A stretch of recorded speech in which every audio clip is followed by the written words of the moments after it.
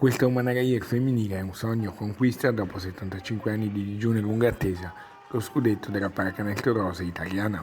Sotto gli occhi di Patron Brugnaro, anche sindaco della città, i ragazzi di Coach Ticchi hanno sfoderato una prova magistrale e di grande personalità, battendo Schio con il punteggio finale di 72-58. Ragazzi, sono state super, avete visto, e credo che questa serie sia stata una bellissima serie.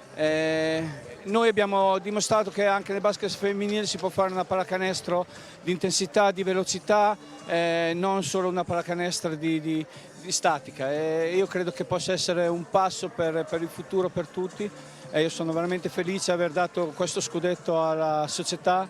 Nella partita senza più appello in gara 5 per Sport Triercio di Mestre, le lirine non hanno fallito l'obiettivo, scrollandosi di dosso una volta per tutte la fastidiosa etichetta di belle ma non vincenti, al termine di una serie di finale bellissima, un derby veneto che è stato uno spot per tutta la pallacanestro italiana.